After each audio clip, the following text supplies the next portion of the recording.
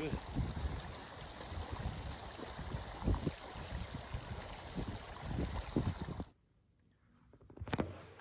Hi everyone, my name is Tyler Greenlee, and this is Bo, and welcome to Wildlife Wednesday. We're so excited to have you here today. We've got some great videos. And to start us off, we actually have a new guide who's never been featured on Wildlife Wednesday before, Ryan, and he's here to talk about the wolves that we've been seeing so far this winter. Yeah. So here is Ryan talking about the wolves in Grand Teton and on the elk refuge. Hello everyone, my name is Ryan Kempfer, and I'm a 2-year wildlife naturalist guide with Ecotour Adventures here in Jackson, Wyoming. And I'm here to talk about wolves tonight, especially the ones that we have been seeing on the elk refuge and in the park. Well, it sure has been awesome so far this year, seeing the wolves in the park and on the elk refuge. Personally, I first saw wolves in early January, and it's been just full-on excitement ever since. Let's start with the most seen lately, the Lower Gros-Ventre pack. This pack is roughly the biggest on the refuge.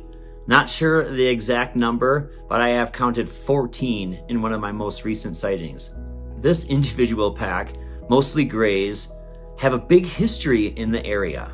They, the Lower Gros-Ventre pack, had a territorial shift in the last few years, where they were more commonly seen in Grand Teton proper, but recently moved onto the refuge after the loss of the Pinnacle Peak pack and also the Huckleberry pack that more dominated the elk refuge. Well, it's been an absolute pleasure watching these wolves, the Lower Gros-Ventre wolves, roaming the refuge in search of food, communicating amongst themselves and with others, running through the fields and over the hills, playing with each other, wagging tails, doing super stretchies, all of the things that, you can commonly see your household dog actually go and do if it's out at the dog park and hanging out with its friends.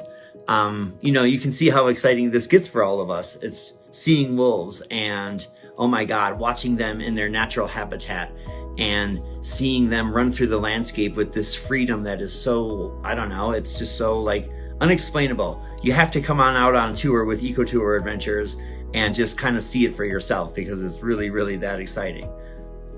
Well, the other commonly pack of wolves that we've been seeing on their refuge lately is the horsetail pack. The horsetail pack's another dominant pack that makes up maybe roughly around 9 animals. They are made up of more blacks and grays, and with great news, they were the first pack that I personally witnessed this year. And let me tell you, it was really awesome. I had a chance to watch them run across the sage and nestled up on a recent hillside. The sun was kind of shining down on them, and they were kind of leaning their head backs, howling, and it was just remarkable. And again, it was the first pack of wolves that I got to see in Grand Teton in the winter. And boy, again, you can see the excitement in my face, and it just keeps getting better. For the last couple of weeks, we have been observing an unidentified white wolf. In and out of view with a noticeable limp, this wolf has been watched roaming alone in search of maybe a new pack. And again, pack dynamics. Sometimes these wolves lose their pack, they lose their status, and off they have to go to kind of maybe establish their own or be accepted into a new one. So an interesting thing that us observers are going to be keeping an eye on in the next couple of weeks and hopefully all season long, that we get to still witness this unfortunately limping but also awesome white wolf. And one last other exciting thing is that pair of wolves that we've been kind of seeing. Could we be seeing the start of something amazing? I think so. A pair of wolves that don't seem to be a part of the two packs. Who knows what's going on with that? They don't seem to be members of the Lower Gros-Ventre pack. Neither do they seem to be members of the horsetail pack. Again, what I mentioned earlier about pack dynamics and how certain ones can split off from each other to start their own. What we have been noticing with these two is they have been staying relatively nice and close. So I'm assuming that they're hunting and feeding together. They're two beautiful gray wolves that just may be starting the next generation of a new pack, maybe on the horizon. Only time will tell. Thank you everyone for tonight. It was a pleasure sharing some knowledgeable, fun, and personal experiences with you about these magnificent wolves. I sure had a great time. I can't wait till next time. Tune in. Again, my name is Ryan Kempfer, and I had a blast hanging out with you on this Wildlife Wednesday. Thank you again. See you next time. Thank you so much, Ryan, for catching us up on the wolves of Grand Teton and the elk refuge. I don't know about you, Bo, but it's been a pretty exciting winter so far. Kind of a banner year, or a little bit. Yeah. I mean, it's been the best winter that I remember for wolves. This is my 4th winter out here. And how many winters have you been out here, Bo? 8. 8 winters? Yeah. Yeah, it's been, for me, the best year. For sure. Yeah, for wolves so far. Yeah. So super exciting. Of course, we do have wolf-specific tours that you guys can always check out on our website. We give a couple Winter Wonderland and Winter Wolf multi-days up in Yellowstone National Park. So cool. And this spring, we're also doing a multi-day predator tour. Yeah. And so if that's something that interests you guys, feel free to check it out on the website. Those tours are incredible. And I mean, people walk away saying that their lives have been changed with what we see and what we do up in the parks. I actually had a guest today. I was Yeah. just telling Tyler this, that they had visited the park 2 years prior, and she was mentioning a wolf encounter that she saw. We got into the details about it, and she and I were both at that wolf encounter 2 years ago in Yellowstone.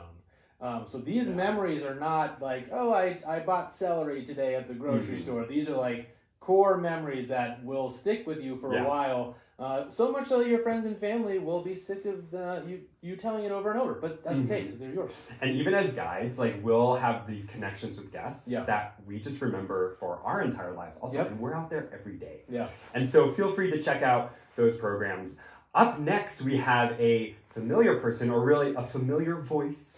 Tenley did a video for us. She's talking about the National Elk Refuge. And so that's what we have up next, a history of the National Elk Refuge with Tenley Thompson. For thousands of years, elk herds migrated from what is now Yellowstone and Grand Teton through Jackson Hole on their way to winter ranges in southern Wyoming. As the first homesteads grew in the late 1890s in Jackson Hole, those homesteaders farmed hay on the same land elk had traditionally used on their way south.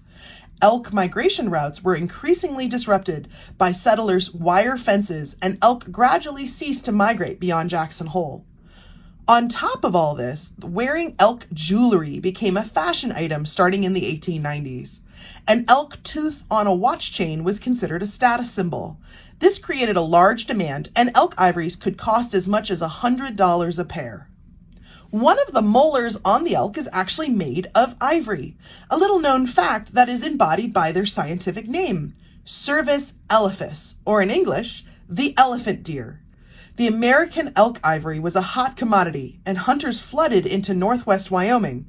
They were called tuskers by the locals.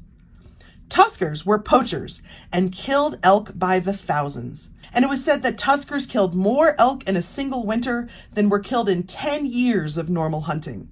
In 1888, there were over 50,000 elk in Jackson Hole. By 1890, migration routes south were all but lost from settlement. Then came the tuskers and the hunting. But the final blow was 4 harsh winters, one in 1889, which killed over 20,000 elk, and then 3 hard winters between 1909 and 1911. Elk were never meant to winter in such difficult conditions as Jackson Hole, but they had nowhere to go. The winter of 1909 was particularly devastating. The winter had begun with heavy snow that drove more than the usual number of elk out of the high country. Wet snow turned to rain, which then froze, making it nearly impossible for the elk to reach food. The elk invaded ranches, haystacks, and the town of Jackson. Desperate. One resident noted in the spring of 1909 that it was possible to walk at least 2 miles stepping on elk carcasses without ever putting foot on the ground. By 1912, there were less than 10,000 elk left in Jackson Hole. Enter Stephen Leake, a local legend and a man of mixed history. Leake homesteaded in Jackson Hole early on and cared deeply for its elk. While modern accounts largely ignore Leake's mixed past, it's important to note that he particularly blamed the Bannock and Shoshone people who had hunted in the valley for centuries, as well as black buffalo soldiers for overhunting and tusking in Jackson Hole. This was completely untrue. Leake even joined a posse that massacred several native people in the Bannock War of 1895, which caused them to lose their treaty hunting rights. Despite this, Stephen Leake is largely responsible for publicizing the plight of the elk and is responsible for the foundation of the modern conservation effort to save them. Leake documented the deaths of elk in Jackson Hole and garnered national attention for the problem. His photos were published around the country, and he was known as the father of the elk. The public demanded Congress do something, and Congress responded by giving money to feed the elk and investigate the problem. Then, in 1912, Congress appropriated $50,000 to purchase 1,760 acres north of Jackson, and also to set aside an adjacent 1,000 acres of public land. They also purchased additional hay. At this point, elk occupied only 10% of their original winter range. By feeding these elk through the winter, the federal government could ensure that elk didn't go extinct, while also separating them from the haystacks settlers needed to feed their cattle. Eventually, the elk refuge grew to reach 25,000 acres by 1937. The Jackson elk herd remains one of the largest in the country. Elk in this herd were used to reestablish elk herds throughout North America, and Jackson's elk were used to create herds in 37 states, as well as Canada and Mexico. Since 1909, elk have been supplementally fed all but 10 winters. Under a plan adopted in 2019, elk feeding has been cut in half and eliminated entirely in average winters. Feeding wildlife is now seen as a big problem. It certainly accelerated the decline of migration routes out of Jackson. Soon after the establishment of the refuge, elk that summered in the nearby high country completely ceased winter migrations, and elk started wintering exclusively in Jackson, and they concentrated near the feed grounds. Today, anywhere from 6,000 to 12,000 elk will winter on the National Elk Refuge. Migration is nearly halted. In the 1950s, 25% of the elk population in the elk refuge migrated from Yellowstone. Today, just 2% do. Concentrating elk populations can lead to disease. Chronic wasting disease is an untreatable, easily spread, fatal brain disease that is a big concern and has been detected in Jackson Hole.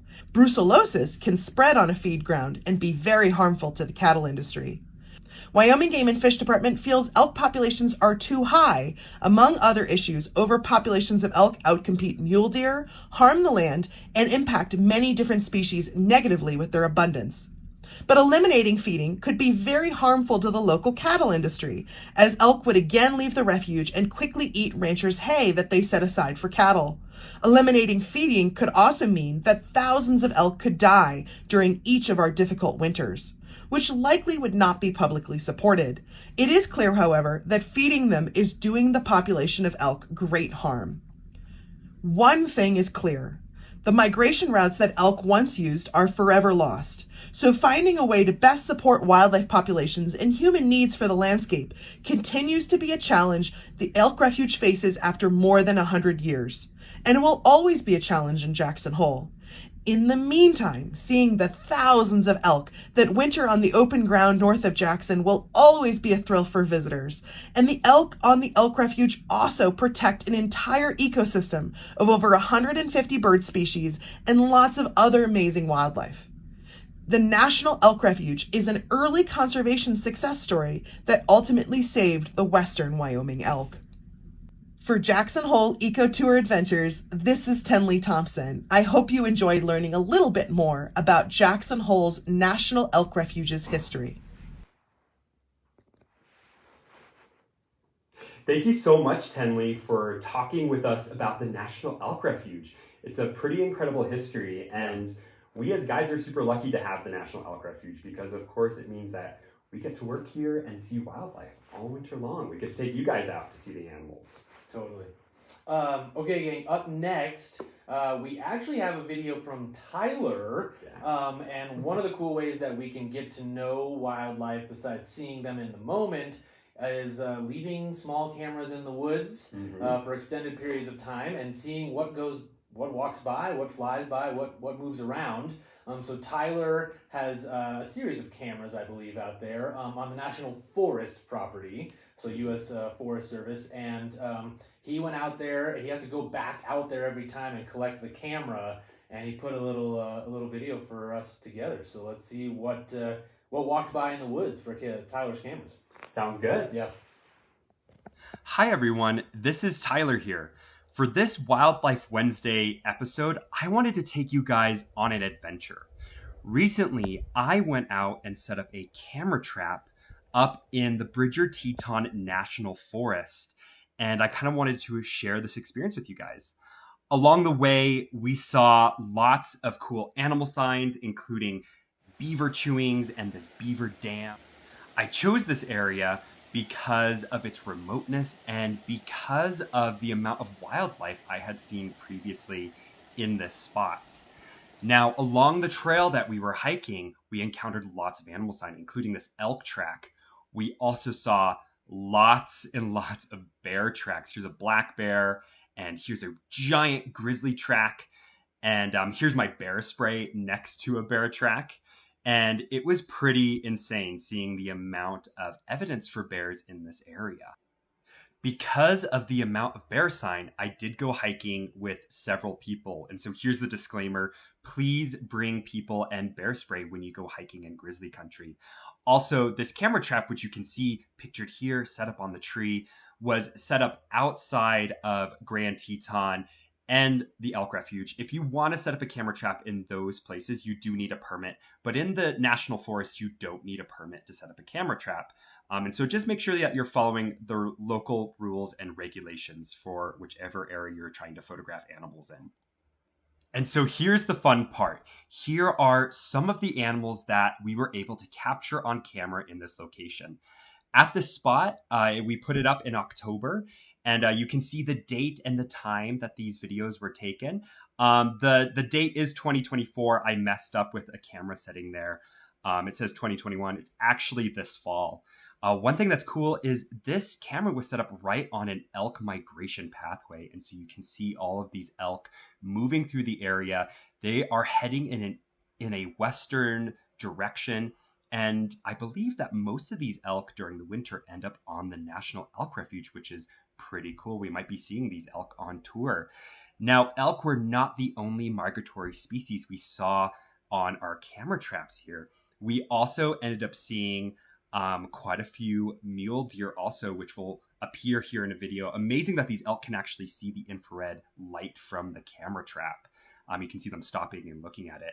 Here are those mule deer migrating. Now, the deer here migrate in the opposite direction of the elk. They head east, which is pretty fascinating.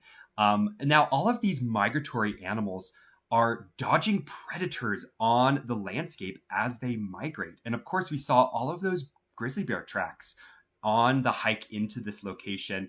And so I wasn't surprised when we got some bears on the camera, but the amount of bears was pretty insane. Almost all the bears we saw visited the camera site at night. The camera was set up on a bear rub, and you can see this individual bear, which actually has a broken foot, checking out the bear rub, spreading its scent on the tree, and probably checking for the scent of other bears, which we know visited this area. Now, this video is the only video of a grizzly in the daytime that we captured, and it's a pretty large boar. Like I said, some of those tracks were massive, and so seeing some of these larger bears on the camera is not really... I love this footage because it shows grizzlies kind of behind the scenes. Oftentimes on tour, when we see bears, we're not able to see the interactions that they have back in the woods, which is why I love that this camera was set up in a place where all of these bears are interacting with one another.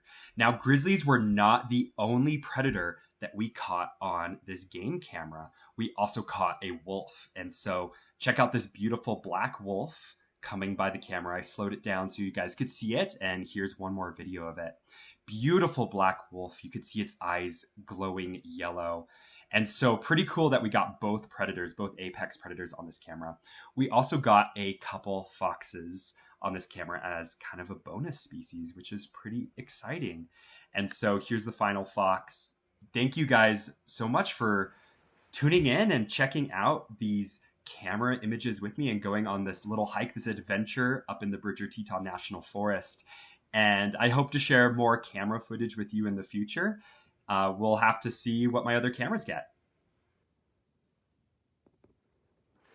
Well, thanks everyone for watching that camera trap imagery. The bears were a little spooky, you know, knowing that there were that many bears out there.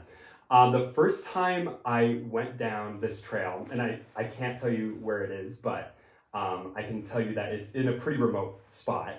I didn't know that there were a lot of bears there, and so I ended up walking alone out there and seeing all the bear sign, which was pretty nerve-wracking.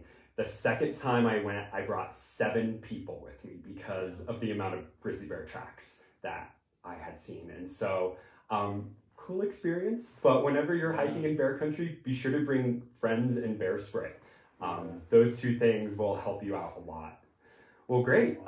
Up next. I just have to say, I hadn't seen that footage before, and so like as you know, we have this little iPad down here that's showing like what's being broadcasted, and so my eyes, as I'm sure yours were just glued to that, watching that footage, especially that dark, impossibly dark wolf at the end.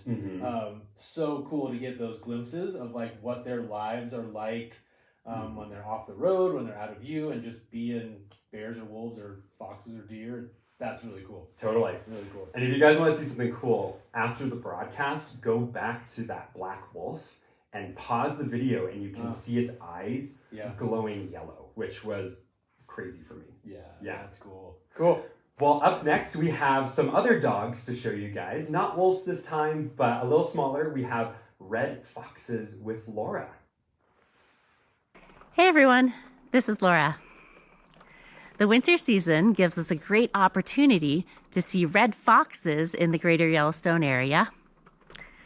Red fox, who are a relatively small mammal at about 10 to 12 pounds, stand up on top of the mid to late winter snowpack and become a lot more visible.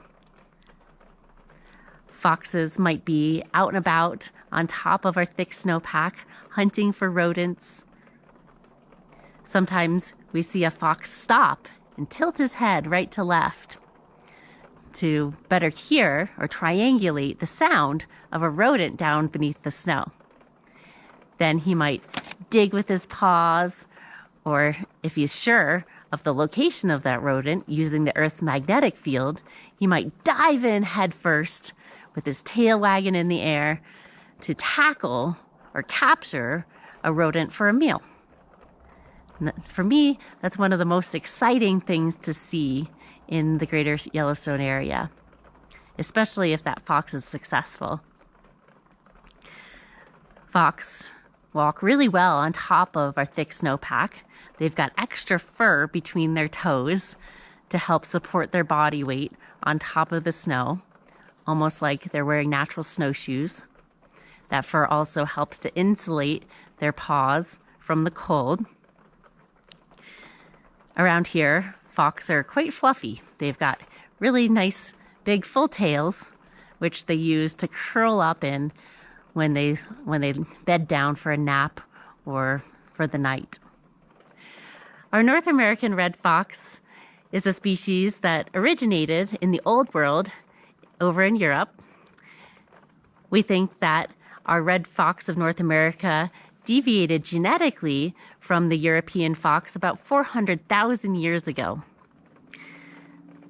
So likely they crossed what was known as the Bering Land Bridge from Siberia over into North America a long time ago, and then have been evolving in isolation from those European foxes ever since.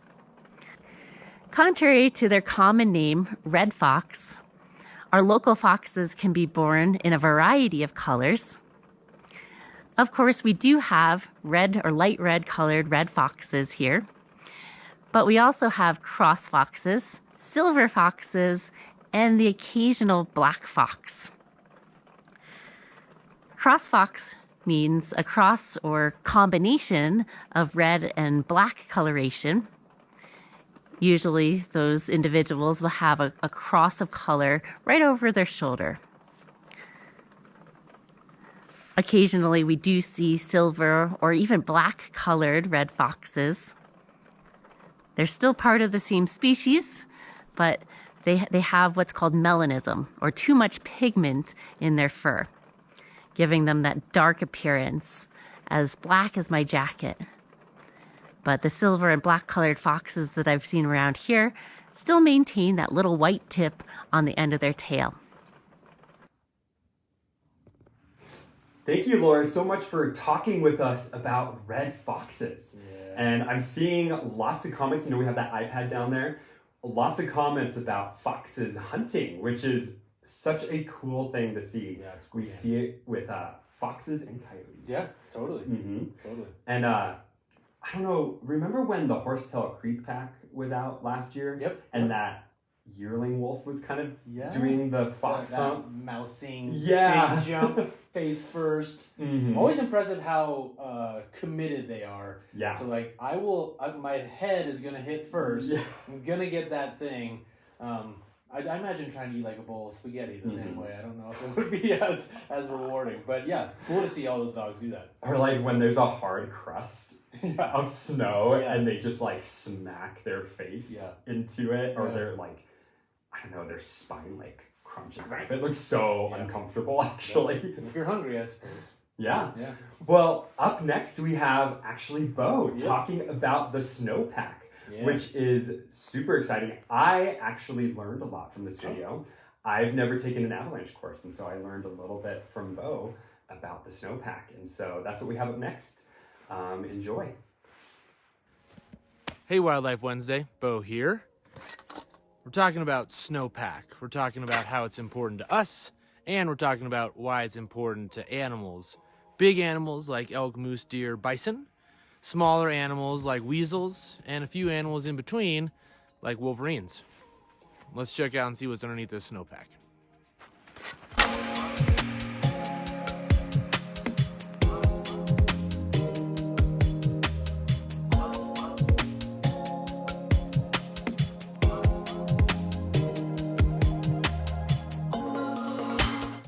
Welcome to the snow pit, folks.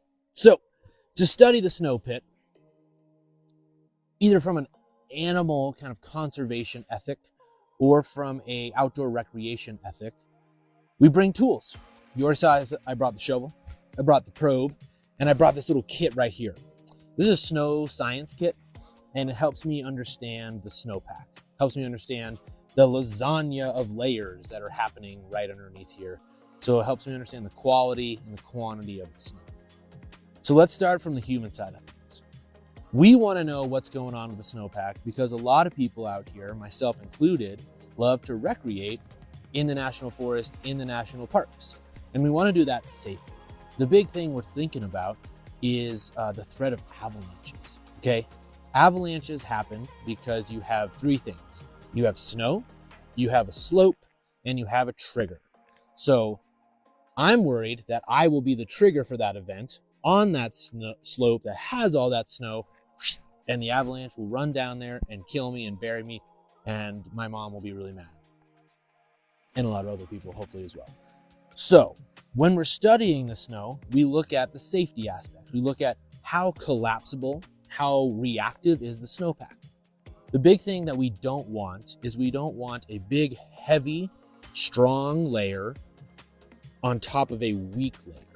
So I like to describe this as we don't want a big fat mattress over a bunch of wine glasses. You can put a mattress on wine glasses, but if you tilt it and add energy, there's a slope and there's your avalanche. Those wine glasses will fail, the mattress will kind of step down to the next layer, and then will slide kind of like ball bearings almost on those broken wine glasses. So that's what we don't want. That's a bad thing.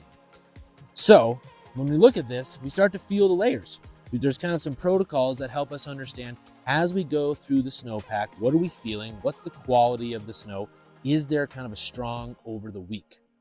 Right now in Jackson Hole, we are kind of coming out of a phase where it was really, really high avalanche danger. So a lot of folks in town said, okay, you know what? Hey, I'm going to take up some more knitting.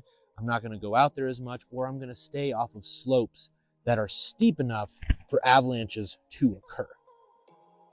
So from that standpoint, we want to study the snow. The second angle on this, of course, is as conservationists, how is the snow impacting the wildlife that we help manage? So if we look at this snowpack, there's kind of two different ways we can think about this with wildlife. One is, how is the snowpack making it harder for wildlife? Obviously, depth would be really hard because a lot of these animals like elk, bison, bighorn sheep, mule deer, white-tailed deer, they're coming down here and they're trying to eat this, right? This little tiny piece of dead grass. Ooh, it looks so good. No, it doesn't. It looks terrible.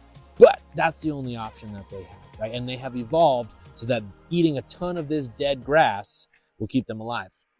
So quality or quantity of snow would be an indicator, but of how difficult it is to get down here.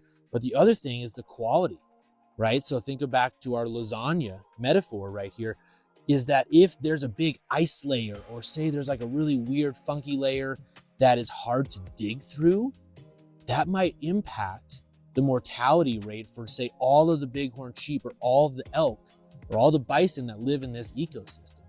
So as we see storms come in, yes, of course, we're excited to get out there and snowshoe and cross-country ski with everybody, but we're also thinking, how is this going to impact the wildlife? So quality and quantity of snow can make it either better or worse for skiers, and better or worse for the wildlife as well.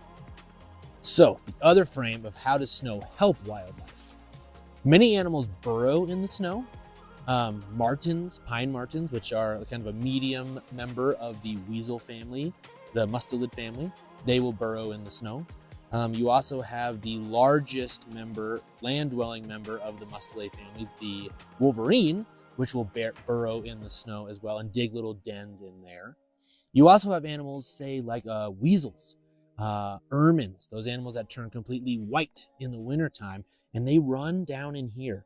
They can kind of be on the snowpack like this, burrow down in here, get down to all this nice sugary snow that has been, this fell in like October, that has kind of been manipulated through the snow chemistry. It's very easy to run, to move, to hunt down in here. Think of this medium layer as like a ball pit. Might be harder to move right through it. But down here, these are just a bunch of big cubes. So there's more airspace between them because there's lots of big angles instead of rounds, which are a little bit, fill up that space a little bit more. So it's actually good to have this layer down here for some of those animals because they can live down here, they can hunt down here. And the cool thing is that right here at the snow level, you thought I was going to go up here. No, right down here at this dirt level where the dirt meets the snow, this is actually, in the science world, almost always 0 degrees Fahrenheit. That's important for us because, say it's negative 25 degrees or negative 40 degrees or even 2 degrees outside or negative 10 degrees outside, you could have an animal that says, it's too cold out here, I'm going to go burrow down in here. And this might be like a 30-degree difference. So that could be the meaning of life down here, death out here, exposure. So they will burrow down in here. Other animals, like say a couple members of our grouse that live down here, which are kind of like a mountain chicken. If you've never seen one before, and then the galliforms, they're a member of the chicken family. They will burrow down in here at night to get out of these cold temperatures as well. But it can kind of scare the pants off of you if you're skiing or snowshoeing or hiking through here, and then all of a sudden like 15 grouse just erupt from the snowpack. So snow is really important either way for us, right? It's good for Jackson Hole as a ski town. It's good for Jackson Hole as the kind of the headwaters or just after the headwaters of the Snake River, because this produces, all this snow produces a lot of water that we drink and or grow crops with later downstream. It's really good for animals because some of them burrow in it. Some of them use this as dens. All of this insulation is insulation for bears over their dens. So it's an amazing resource. It's highly dynamic, and it can really be a matter of life and death if you don't understand the consequences of how it's all stacking up. So really cool that we have the science and we have the tools to understand it, both from the human side for avalanche safety as we recreate in these big, beautiful public lands, and life and death for the animal side as conservationists. Do we need to change our practices for the benefit of animals? Do we need to feed them more on the elk refuge? Is there a nasty ice layer? Or say, hey, snowpacks looking pretty good for animals. We expect a higher success rate of animals surviving the winter, which means more animals on the landscape, say the following spring. Pretty cool that snow exists. Pretty awesome that we get to play and work with it. Thanks for Wildlife Wednesday. We'll see you next time.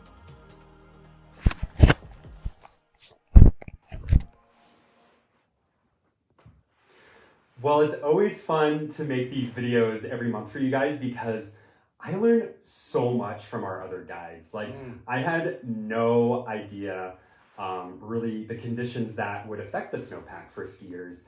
And also it's fascinating to learn how the snowpack affects our local wildlife as well, which is super relevant to us. Totally.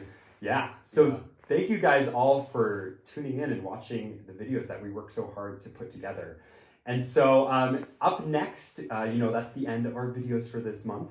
Up next, we have my second favorite part of the broadcast, which is our monthly trivia. Woohoo!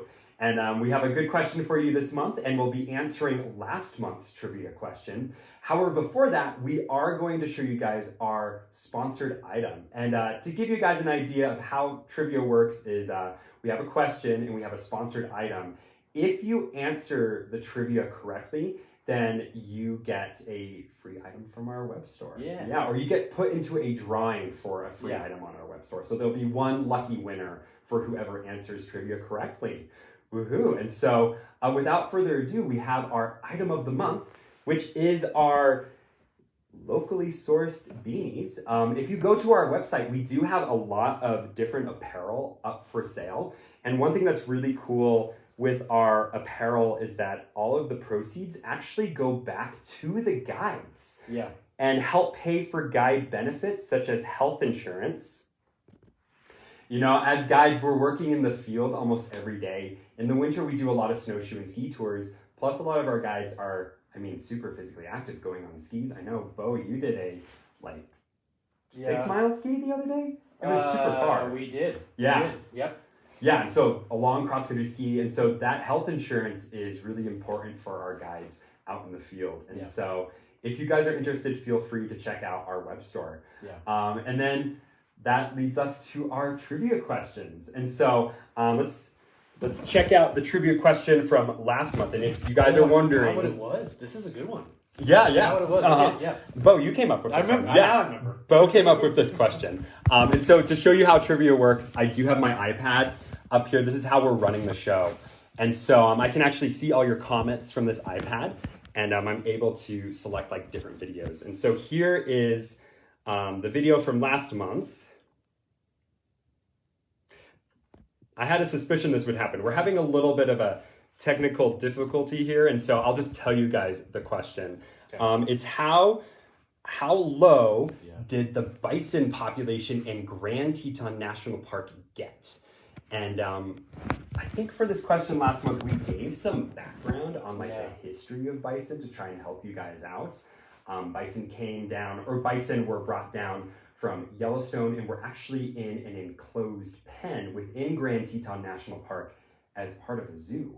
Yeah, very much of that era of the Park Service of this is an amusement park of a natural variety. So come and grab the kiddo, put them on the fence, snap the picture with the bison, move on to the next thing. Very different than it is now. Yeah, and this was kind of the era when people were feeding bears in Yellowstone. If you've ever read about the history of Yellowstone in the 60s, it was encouraged to feed wildlife, which today obviously is not. Don't do that. Don't do that. It's really bad if you do. Yeah. But it was kind of during that time frame. Yeah. But it's fascinating. The bison escaped. Yep. Bison escaped, and the park just decided to let them become wild. Okay. See how it goes. Yeah. Yeah. And then there were some bison that were brought in from the Bronx Zoo. In the 90s, a couple bison came down from Yellowstone. But before all that happened, the Yellowstone bison herd, or the Grand Teton bison herd, transmitted brucellosis. And so the national park culled their numbers down to 4 calves that were confirmed not to have brucellosis. And then they brought additional bison in from the Bronx Zoo. And I think it was 3 or 4 bison migrated down from Yellowstone just one time, and it's never happened since. Yeah, that's right. And joined the herd of bison that was down here. And so the answer to the question is A, 4 bison. Yeah. Yeah. Which is wild. I will say, side note to this trivia, the famous documentary filmmaker Ken Burns. Yeah. I think we talked about this last time. They just released a fantastic documentary, 2-part series. Yeah. First part's really sad. Second part is less sad, but really interesting in that kind of like the Bronx Zoo and the origin of this recovery effort that we today benefited from. As I was guiding today, and there were bison out that we got to see lineage from the Bronx Zoo. Yeah. Yeah. And of course, we still have bison today in Grand Teton. We have around 500. Yep. Yellowstone's kind of famous for its bison. There's about 5,000 animals. They're seen very regularly, like literally every day up in the national park. And then the Teton bison, though, are a little more elusive. And so we do have about 500 in the park, which is pretty cool. Yeah. Well, thanks everyone for answering that question, and congrats if you got it right. Nice. Yeah, we have this month's question, which is also about a mammal, but a smaller mammal. What is this one? So here it is. Okay. So the question for this month is, what is the most common food for coyotes on the National Elk Refuge? And then this is key, during winter. And the reason that's key is because coyote diets, they change based off of the season. I'll give you guys the answer for the summer. In the summer, coyotes feed a lot on grasshoppers and other small critters, which is pretty interesting, especially when we have those drier years when there's kind of a insect boom and the grasshoppers are doing really well. Did you put, is it option tourists on here? Yeah. Oh my gosh, I didn't see that. Okay. So that's should be an obvious giveaway. Maybe don't answer that. That high school multiple choice question strategy, process of elimination. Exactly. And so if you feel like you want to guess or give an answer for that question, feel free to answer in the comments below, and you will get an entry for that random drawing. And so best of luck to you. I'm already seeing answers come in, which is lots of answers coming in already, which is awesome. Nice work, team. All right. Well, our next section for the broadcast is my favorite, which is a question and answer segment. And so if you guys are new here, this is how it works.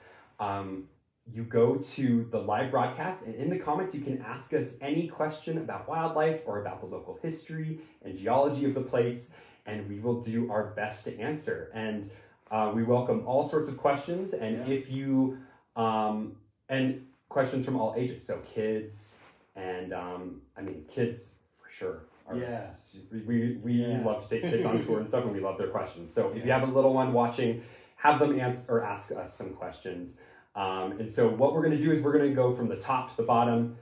If you are watching this on a different web page than the Jackson Hole Eco Tours Facebook page, you do have to go to the original page, Jackson Hole Eco Tours on Facebook, in order for us to actually see your question, just so you know. All right. Shout out, while Tyler's looking up a couple of these questions, shout out to Kelsey. Yeah. Who's always behind the scenes, kind of managing that the broadcast is running on the internet side of things and looking at some of these comments. So, hi, Kelsey. Thank you, Kelsey. When you guys see Jackson Hole Eco Tours comment, it's Kelsey. So say hi to her for us. Awesome. Okay, questions. So going all the way to the top, lots of people from all over the place. Southwestern Virginia. Yeah, here's one. And this is a great question from Dan. And this is a question we get a lot on tour, actually. So the question is, how long does a wolf live? Yeah. Or what's the normal lifespan for a wolf? Yeah. Well, do you want to answer this one, Bob? It's Yeah. as a dog owner, both of us, it's a tough number to think about because it's a time period that we would love to have a dog longer in our lives as dog owners. But it's usually around like this 4 years, which is not long. But if you kind of put some kind of zoom out a little bit on that animal's life, it's hard, right? And they eat big animals. They eat elk and deer, right? They'll take down other animals as well, smaller animals, but that really good return on investment for a lot of the wolves here are those elk. Yeah. And elk are strong. They're big. And I was reminded today of 1276F, who is a female wolf in Yellowstone, who had her jaw broken this summer. Pretty brutal, but those lives are tough. And so 4 years is the usual age limit, though there are exceptions, of course. Some have lived into the double digits, which is pretty cool to see if you're even in that 10, 11, 12. Like, you're doing something right to make it to that age. We have a couple of wolves that are in the double digits right now. We have 907F, which is one of the breeders for the Junction Butte pack up in Lamar Valley. And we also have a member of the Molly's pack. I believe it's the alpha female who is also entering the double digits now, which is pretty exciting. And so typically when they enter the double digits, they don't live very much longer. I believe the record for Yellowstone is 11. I believe it's 11. 11 years old. Lake? No, I think it was Molly's. Okay. Yeah, I think it was a Molly's wolf. Cool. But it was a while ago. It was before I think either of us were up here. Okay. Yeah, and so they have the potential to live very long. But like Bo said, they live a fast and furious life. Yeah. Hunting big game and also being pretty competitive with each other. Right. Which is pretty tough. And wolves also live shorter lives outside of the national parks. And that's because of the human influence. Yeah. And so typically in a national park, it's like 4 years. And outside, it's like 3 years. And so one thing that we try really hard to do, which is really tough, is to try not to get too attached to the wolves that we see. Yeah. Their wolves replace themselves very easily and very quickly. But when you're watching a wolf, there's a strong likelihood it might not live for much longer. And so we have to be careful as guides with our hearts and like to make sure we don't get too attached because nature is rough and wolves do live a tough life. Totally. One of my favorite wolves is currently 1228F from the Shrimp Lake. Yeah. Cool. I think she's like everyone's favorite right now. She's top 10 artist right now. She's in the know. Yeah, she's in the know. Everyone knows about her. All right. Cool. Sweet. Let's see what other questions we have. Oh, here we go. This might be a familiar name for a whole lot of you guys. Tenley Thompson asked us a question. And her question is, hi, Bo and Tyler. I have a question for you. Tell us about Moose Day. Oh, Moose Day is awesome. Moose Day. And what is it for? Great question. So Moose Day is this really special day that we do early in the year. Yeah. And it's where a bunch of people, some guides, some biologists, and then just some volunteers go out and count the moose here in Jackson Hole. Yeah. Yeah.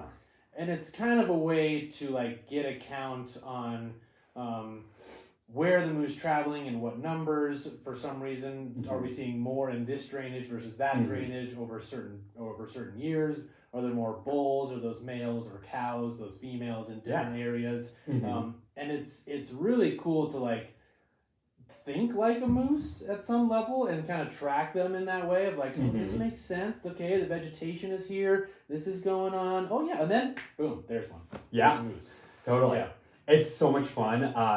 Typically, people either snowshoe or cross-country ski. Yeah. And you're given like a location, and you just like go in there and search for moose in the deep snow. And you often see lots of other animals. Yeah, totally. I did it last year. We saw river otters, which was super. We only saw one moose, but we saw like river otters and coyotes and stuff, which was pretty awesome. Some of you might be asking why. why are we counting the moose and Yeah. why are we doing it on foot? Mm. So from the most part, wildlife in Wyoming is counted from the air, if you didn't know this. So wolves, elk, bighorn sheep are all counted Yeah. from an airplane. And so why are we counting moose on foot? Well, it's because moose oftentimes spend the winter in very wooded areas where they can't be seen from the air. Right. Moose are also more solitary, and so elk are relatively easy to count because they go in the open, but they also go into big groups. Yeah. And so you can really easily count or guess the amount of animals within a large group. Yeah. And it's more efficient. But for moose, they're so spread out and they're so few and far between that searching them from the air and, you know, looking down into the woods from an airplane, it would be very easy to miss moose. And so that's why the moose count is different than other wildlife surveys or population surveys, which is pretty interesting. I also think there's a second reason, and that's getting the community involved in local wildlife. Yeah. And, you know, Jackson's a community that really does depend on its wildlife to sustain itself. Yeah. And so getting locals involved, you know, increases that value, which is pretty awesome. Totally. Yeah. It's gonna be a fun day. It's going to be a super fun day. I'm definitely planning on doing it this year. Sweet. Okay, what else? Well, thanks, Tenley, for that question. Let's see here. Oh, this is not a question, but it's from one of our viewers, Don, who is here every month. So hi, Don. Hey, Don. Hope you're doing well. And he's saying he just had a fox in his yard this week, and dog in the pen was going nuts, and the fox couldn't care less. Okay. Yeah. There's some bold foxes. Yep. Like 100%. especially in urban areas. Yeah. Yeah. Yeah, they've learned that ecosystem with its oddities in that more urban environment, and they know right where property lines are and what can get them and what can't. Yeah, there's some bold ones. Yeah, they're pretty smart. I grew up in Colorado. We had a couple foxes come through our yard occasionally, and our neighbors had these dogs where they had the it was like the whistle fence. Oh yeah. Do you know what I'm talking about? Yeah. Where if they left the perimeter, it would like whistle and they'd have to come back. And the foxes knew where the line was. And so the dogs would like run up to that invisible line, and the fox knew that they couldn't get them. Yeah. Because they were outside of it, which is kind of crazy. Smart critters. Yeah, well, thanks for the comment, Don. Oh, Don again with another great question. Are foxes more susceptible to rabies more than coyotes? And if so, why? Interesting. This is a good question. I don't know if I can say either way, and I wouldn't know why one over the other. I almost want to say coyotes are more susceptible, and foxes, from what I've seen, and I have not read anything in the literature about this, but from my experience, I always hear about foxes with rabies, and coyotes, you don't hear about it as often. And it might have to do with the susceptibility to the rabies. So in certain animals, rabies hits them hard and kills them really quickly. And if you guys are wondering, rabies is 100% fatal. As soon as you're starting to show symptoms, it's too late. And so for some animals, it might just knock them down immediately, which means we're not seeing it as much. If a coyote is dying almost immediately after getting rabies, people might not be experiencing that coyote when it is showing symptoms. But foxes, I know, have a very long history with this disease, largely because this disease originates in Europe and the Old World, and then has spread, globally now. And so, or it originated in the Old World and now has spread globally.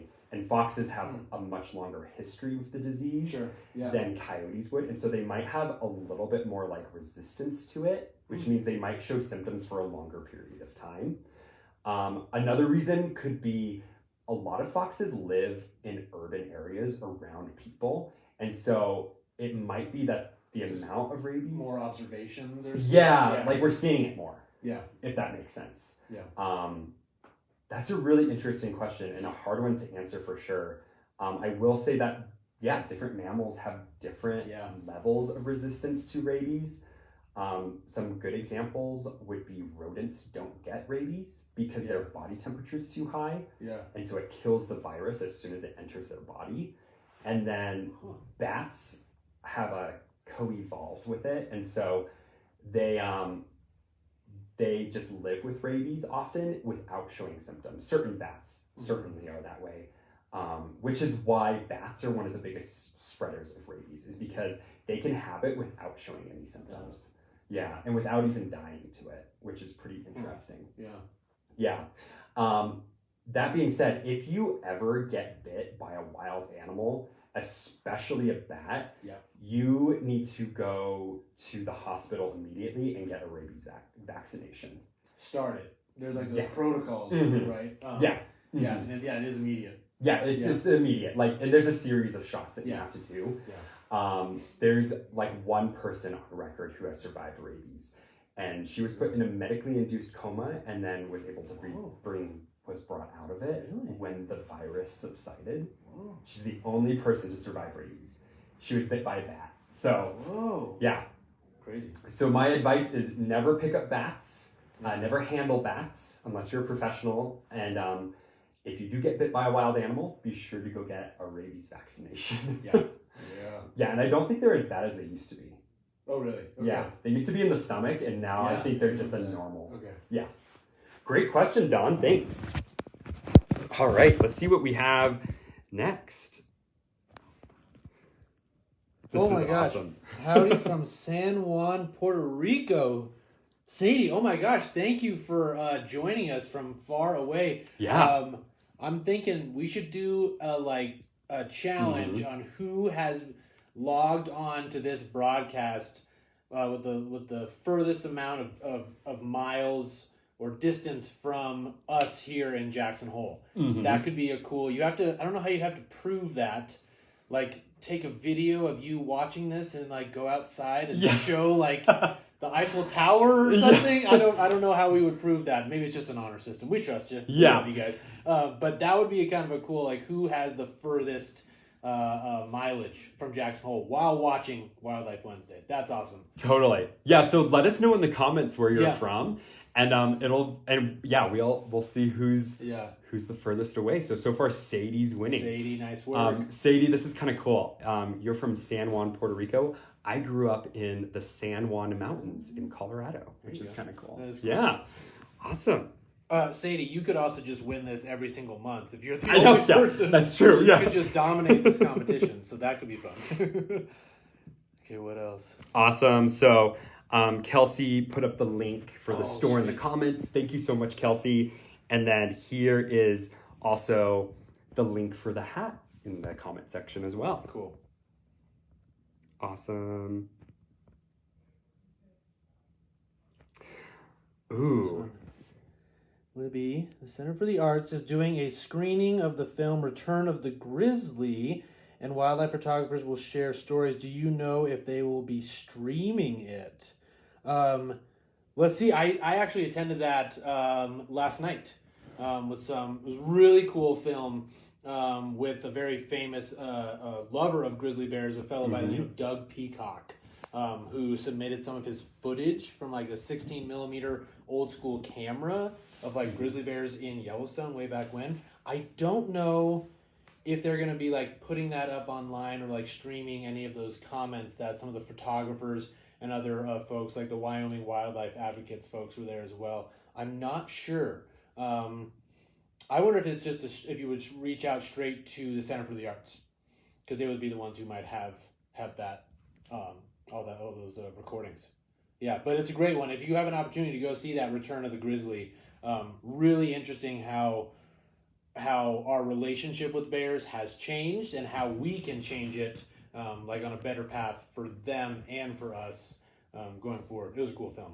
Yeah, that's awesome. Yeah. And I don't know if you guys know this, but there's been a lot of movement to try and do some grizzly bear reintroductions in a couple different places. Yeah. Which is really fascinating to watch or to observe from a distance, from like a human social aspect, but also from a biological aspect. It's been proposed for grizzlies to be reintroduced to the Cascades and also the Bitterroot Wilderness, which I do think there are some grizzlies there, but it's not a viable population. Yeah. And so we're getting into a period where we're kind of questioning whether or not grizzlies are fully recovered. For the past couple decades, they've been classified as endangered, and it seems like we're moving slowly but surely in that direction of them being delisted. And so with that comes a whole lot of really interesting social interactions between bears and people, between people and people. And so stay tuned, because it could be an interesting couple of years coming up as grizzly bears, recover. They did say, the Wyoming wildlife advocates, probably in the next 4 to 6 months is when that their status might be changed or released officially. So July, maybe. It's like under review right now. Yeah. So be interesting to see what comes next. Totally. Yeah. Awesome. And then I'm seeing some people say, great disappearing act. Oh, cool. We did. We did do a disappearing act, apparently. Yeah, we do that once a year. So that's cool exactly. That you all got to see that. Our magic trick. Yeah, exactly. Thanks for letting us know when we do disappear. So hopefully you can see us now. Lots of great answers for the questions. Awesome. I think we have time for one more question. And so here's our final question for tonight. How many inches of snow has your area received so far this season? It's fascinating because it changes so much on where you go in our valley. Yeah. We talk about this a lot, thinking about the elk refuge. The elk are in that area of the valley where it receives the least amount of snow, and that is on purpose. They know exactly where that is. Tyler and I, we spend a lot of time even in the national forest looking at elk in the fall, that if we were to go back to those same areas today, there would be nothing there, but there's a ton of snow. So this year in the western U.S., due to climate change, almost every ski resort in the West is below average right now. We're just in like weirder intervals. So in my video, you saw there was only like 30 centimeters of snow, or 33 centimeters. That was in like a shaded or an enclosed area. And actually before we just got, like the other day I was taking a vehicle out for work and I had to clear off like well over a foot of snow from just a night. So we just got a big dump of snow, but I think the resort is sitting somewhere around 200 inches or more, which is a little bit behind what we would normally see this time of year for winter. It's definitely behind last year's. Yes, last year's was huge. But also, as we talked about last time a little bit, that killed a lot of wildlife. Yeah. These sort of things are really interesting for us to see. Obviously, things are changing because of climate change and because temperatures and weather patterns are changing in relation to that. This winter has been extremely warm. Yeah. And last winter was extremely cold. And so one thing that climate predictors often will say for local regions is that weather will become more variable with climate change. And so it's not necessarily a warming climate that can be locally experienced. It can be a swing. Big fluctuations. From extremes, yeah. And that makes things incredibly difficult for wildlife. Let's say if you are an animal that migrates like a pronghorn, you would most likely spend your winter in the same spot every year. But if conditions change every year, that spot might be good or bad depending on the year. And so this really has a profound effect on our local wildlife, especially our animals that are more sensitive to winter conditions. And that can be both ways. Animals that are sensitive to extremely harsh winters are being affected, and animals that need harsh winters are being affected. And so it's affecting animals on both sides of the spectrum, which is pretty crazy. And so we're hoping that in the future our weather stabilizes so that animals can, in a way, predict what the conditions are going to be, and they'll have better survival because of that. Yeah. So more consistency in usually our very cold, deep, snowy winters. Everything's got that figured out. It's the fluctuation that throws them off. Totally. Yeah, and like this winter, it's been so warm that not even all the elk have migrated to the refuge. Just about 6,000 on the refuge. Last time this year, we're 8 or almost more. Last year, I think we were a little over 8,000. Okay. And then this year we've I think just broke 6,000. Yeah, just there. Which is pretty crazy. Yeah. And they're currently not feeding the elk on the refuge. Last time I heard there was 1,500 pounds of food per acre, and they need less than 300 in order to start feeding. And so they're doing good. They're doing good. They've got lots of food to chow on out there. Yeah. Which is of course good for the elk. Yeah. Yeah. Totally. Well, Good thank you questions. all. Yeah, really great questions. Yeah. I always really appreciate when you guys challenge us, especially you, Don. You always ask the tricky questions that I really have to think about. But thank you all so much for tuning in to our broadcast this month. And just as a reminder, we are live every Wednesday, or the first Wednesday of every month. Yep. And so feel free to tune in March, and we really hope to see you there. And be sure to bring your question and answer A game so that you can challenge us. Yeah. Yeah. Definitely. All right. Thanks, everyone. Cool. See ya. Have a good night.